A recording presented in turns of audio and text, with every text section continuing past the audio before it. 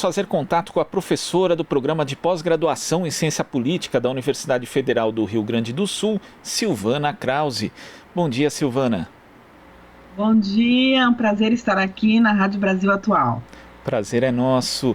Silvana, você é uma das autoras, de um dos artigos aqui do livro Eleições Municipais Novas Ondas na Política, que foi organizado por Antônio Lavareda e Elcimara Teles. E um dos capítulos baseia-se no estudo do grupo de pesquisa Novos Partidos no Brasil, Gênesis, Perfis e Trajetórias, que é da Federal do Rio Grande do Sul. Ali você analisa, junto com outros autores também, a emergência e como os partidos da chamada nova direita, que não surgiram ali justamente nos anos 80, 90, na redemocratização do Brasil, se saíram nas últimas eleições.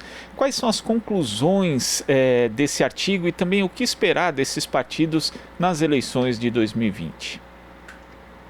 Bom, na verdade, o nosso estudo demonstra de uma forma muito segura e clara que essa onda da eleição de 2016, ela vai se aprofundar em 2018, mas ela também vem de um processo anterior, de uma consolidação da emergência de novos partidos de direita que ocupam um espaço que estavam quase que eu diria um vácuo, Por quê? Porque nós tínhamos na tradição da nova democracia brasileira, instalada a partir de 85, especialmente no contexto também do poder local, porque a nossa pesquisa trabalha com as prefeituras, e o poder local é uma base fundamental de campanhas políticas, de negociação política, de sustentação de deputados federais e estaduais. E o que a gente percebe é que nessa evolução do comportamento, da representação dos partidos, a partir dos anos 80, ela vai à direita tradicional, que são aqueles partidos que eram ligados à antiga Arena, ao antigo PDS, hoje PP, e ao antigo, posteriormente, PFL, são partidos que tiveram uma raiz no regime civil-militar de 64. Esses partidos, eles vão perdendo, com a fragmentação do sistema partidário, vão perdendo prefeituras. Isso não quer dizer que esse espaço foi ocupado por partidos de esquerda, mas sim foi ocupado especialmente por partidos de direita, e mesmo com um governo nacional de grande coalizão sob a hegemonia do PT, esses partidos de nova direita conseguem adquirir espaço, mesmo num governo nacional hegemônico dito de esquerda. Isso significa, por um lado, que se fala muito de que a direita tinha medo de sair do armário, tinha aquela expressão lá nos anos 90. Na verdade, essa direita ela já era consolidada. Nós temos um comportamento, um eleitor, que se identifica com partidos de direita, ou às vezes o eleitor nem se identifica com partidos, porque ele vota geralmente em pessoas, mas a tradição não é votar em partidos que sejam de esquerda. Então a eleição de 2016 apenas reforçou, apenas com a crise que vinha se desenvolvendo a partir dos movimentos de 2013. Já na eleição de 2012 se começa a perceber emergências de partidos de direita, novos, não os antigos, que eu digo DEM, os tradicionais, o DEM e o PP, eles já vão aparecer em 2012, ou seja, é um alerta, O sistema partidário brasileiro, que implode em 2018 numa eleição nacional, os nossos partidos que vinham se consolidando, a menos no cenário nacional, eles são desestruturados na eleição nacional de 2018, mas esse fenômeno já vinha lentamente acontecendo, porque a direita tradicional estava desacreditada e já vinha há muitos anos perdendo espaço. E claro, tinha aqui, como a gente diz, uma janela de oportunidade. Uma janela de oportunidade. E é interessante nesse aspecto, né, Silvana, porque quando a gente vê ali justamente a evolução, né, os partidos dessa nova direita ganhando mais prefeituras, 3 eleições para cá, ocupando um lugar da direita tradicional, no caso, primeiro que é bastante heterogêneo esse espaço da chamada nova direita. Você tem ali o PRB, por exemplo, que é um partido ligado, tem uma ligação muito forte com uma igreja, especificamente neopentecostal, que é a Igreja Universal do Reino de Deus.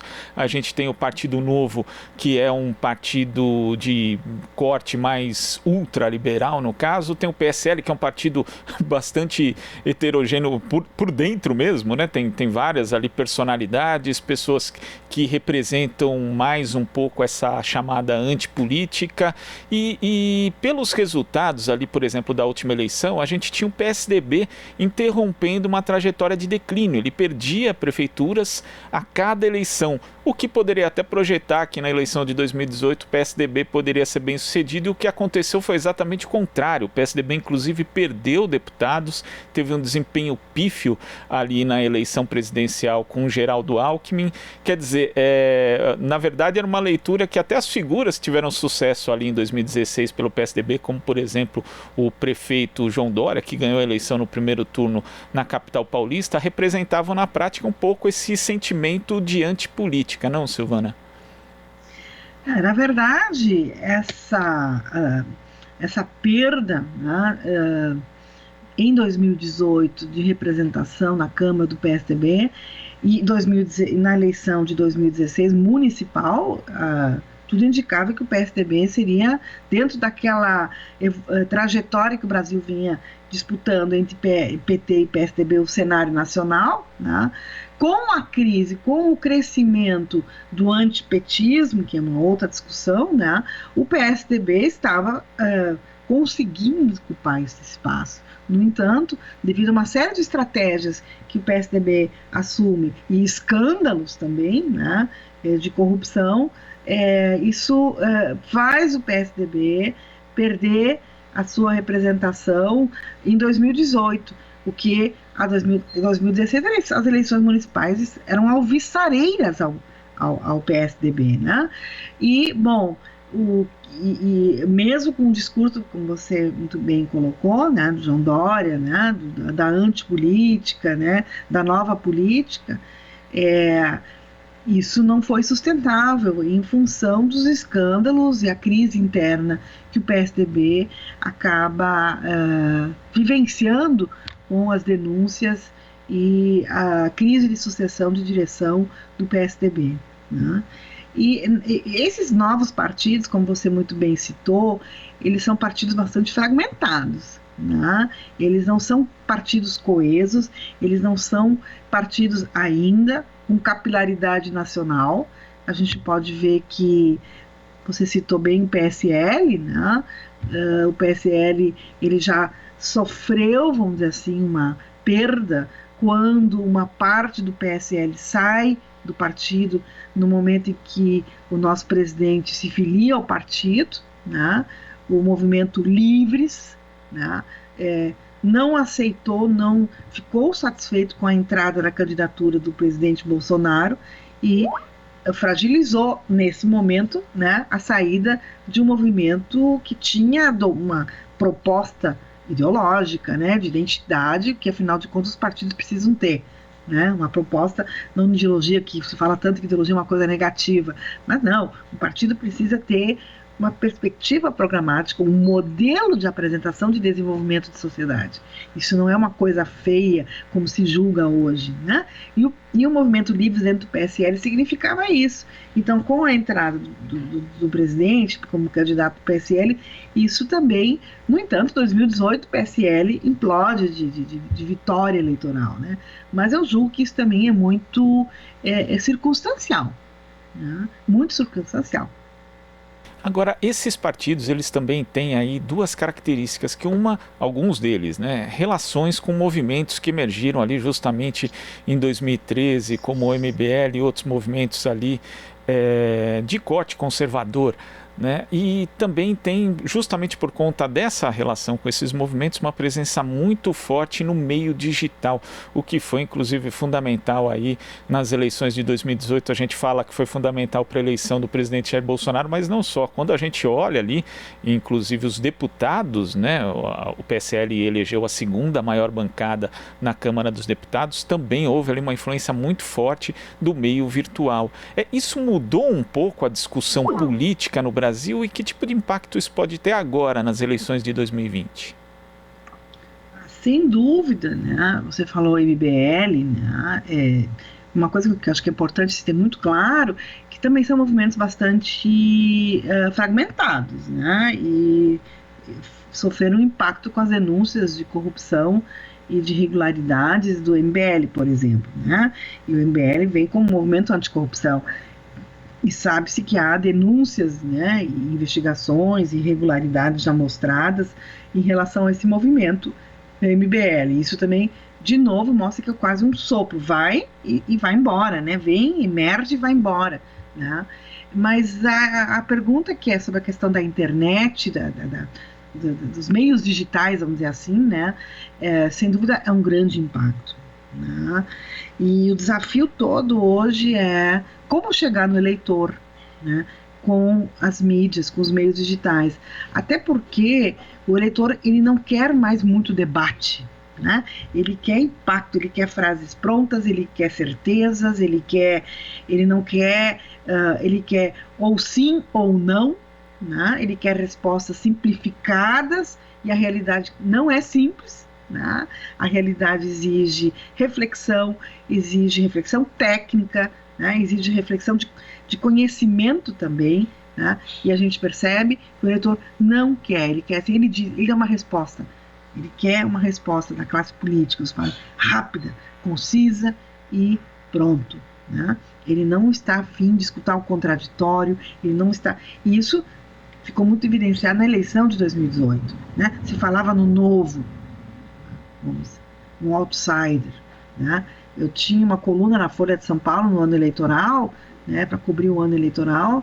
A última coluna minha eu chamo a atenção, mas onde é que está o novo aqui? Né? Alguém que já está há 20 e poucos anos na Câmara, atuando, não vou nem discutir qualidade ou não da atuação, né? Alguém que já participou de 7, 8 partidos, né? Onde é que está o novo? Né? Então, por quê? Porque o impacto na mídia era de que era alguma coisa nova. Porque sou contra tudo que está aí. Né?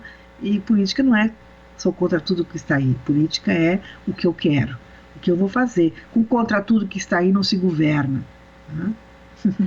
Agora, justamente falando dessas eleições de 2020, né? Inclusive num dos artigos do livro se fala do conceito de eleições críticas, né? Como aquela eleição que acaba causando uma descontinuidade da clivagem eleitoral que vinha até aquele momento, que seriam ali as eleições de 2016, quando tem justamente esse sentimento da antipolítica, temos também uma crise econômica, e agora a gente chega a 2020, talvez com alguns desses elementos também. A gente tem aí uma crise econômica, tem também esse sentimento antipolítica que a gente não sabe até que ponto vai ou não, e uma pandemia. Como você destacou, Silvana, essa questão das eleições municipais, ela tem muito a ver com o poder local, né?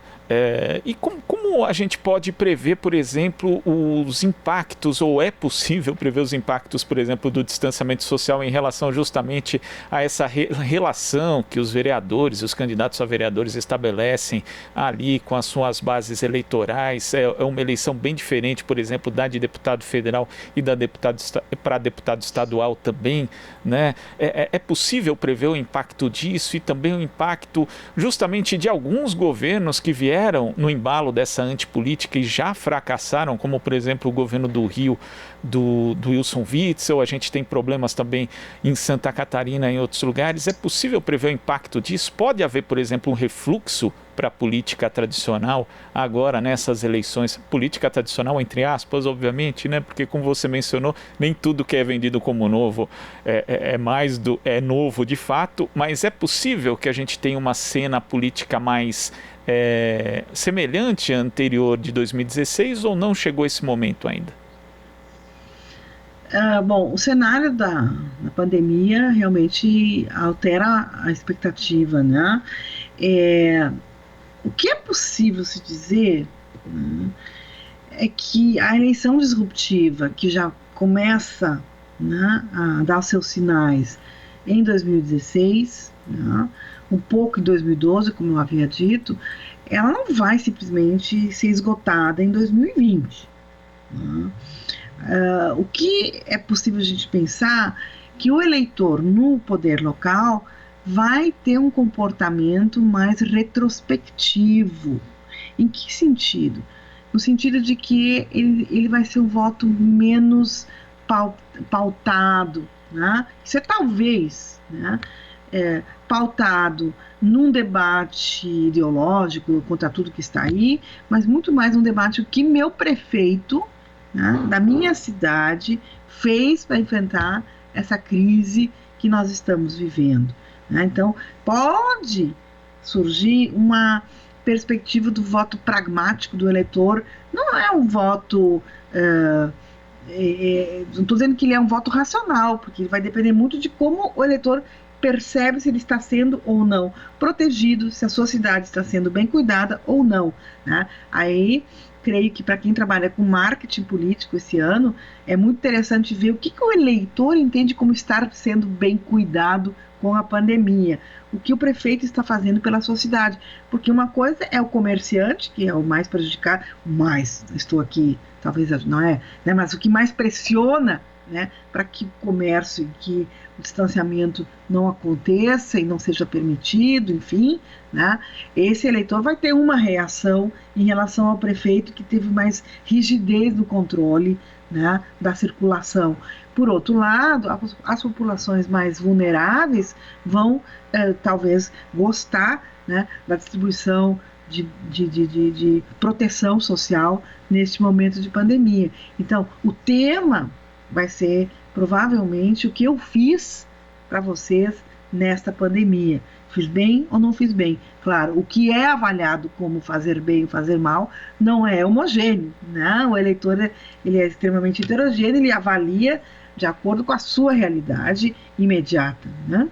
Comerciante e, por exemplo, um morador de rua, um desempregado, um feirante, né? De acordo com a sua perspectiva ali, né? E no caso, como é o poder local, isso vai ser fundamental, esse tipo de visão que cada um tem em relação àquilo que foi feito na administração municipal. Isso aí, assim que eu tendo a acreditar que a tendência vai ser essa.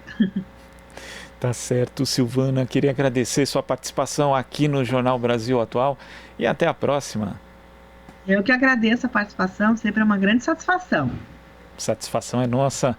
Conversamos aqui com a professora do Programa de Pós-Graduação em Ciência Política da Universidade Federal do Rio Grande do Sul, Silvana Krause.